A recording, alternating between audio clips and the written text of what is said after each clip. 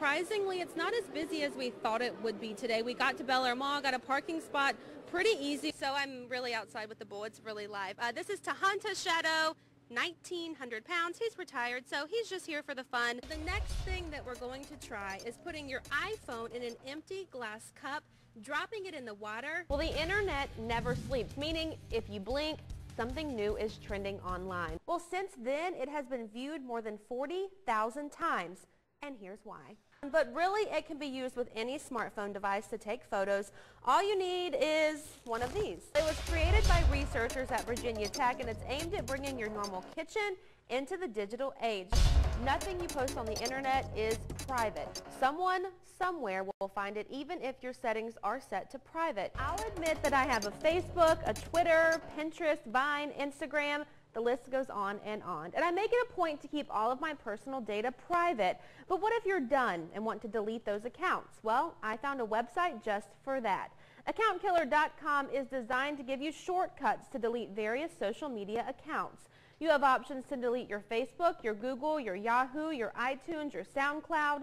Account Killer lists white and gray options. This is how easy it is to delete that page. White means super easy, gray, not so easy. For instance, if you click Delete Facebook Account, you're given a list of options including account deactivation and to completely delete your account. There's also a link to Facebook's help page in case you're not really sure what you want to do.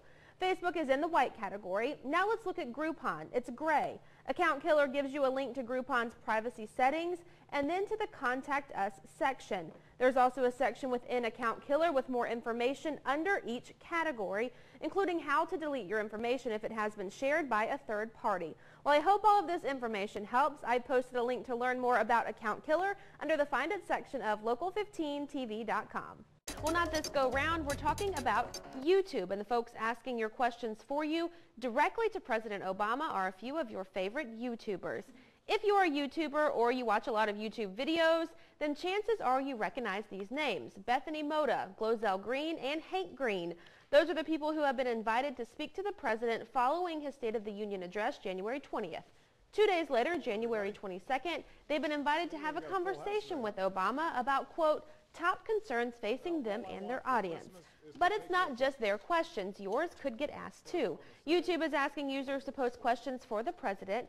Google News' lab director said on the exchange, quote, this year we're doing something we've never done before, bringing a handful of YouTube creators directly to the White House to talk with the president in person in a live broadcast Thursday, January 22nd.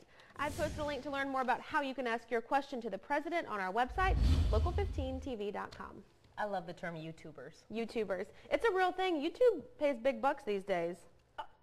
So that's your job. If you're a YouTuber, that's your There's job. probably like 10 more YouTubers in effect right now because of you. But this is, you know, that to have access to our government, whether you agree, whether you're for or against, that's pretty powerful. And I feel like the people asking the questions to these YouTubers watch these people online. They trust them. They feel like they know them. So to feel like your friend is asking the president a question for you is a big deal. When news breaks, people almost immediately turn to social media to find out what's going on. That was no exception Wednesday night when 2 barges exploded in the Mobile River. Here's a look at the impact on Twitter when news first broke that something big happened. The first tweets went out just seconds after the explosion. It rattled homes all the way to the eastern shore, even in parts of West Mobile.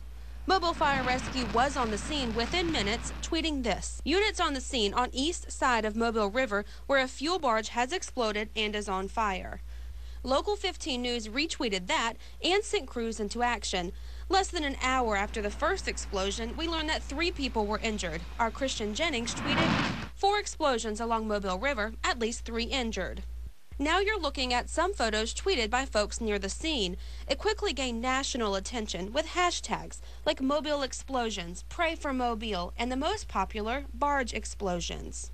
Tweets from Google News, the Weather Channel, NPR News, to NBC, CNN, Breaking News, the Associated Press, even popular entertainment website BuzzFeed. Thursday morning, the Coast Guard was on scene assessing the damage and trying to find a cause. They kept everyone up to date with tweets containing information and new details, like this one with a link to a full story. Here at Local 15 News, we've been using the hashtag barge explosions. Every piece of new information we're sending out with that hashtag. Follow Local 15 News on Twitter for the very latest.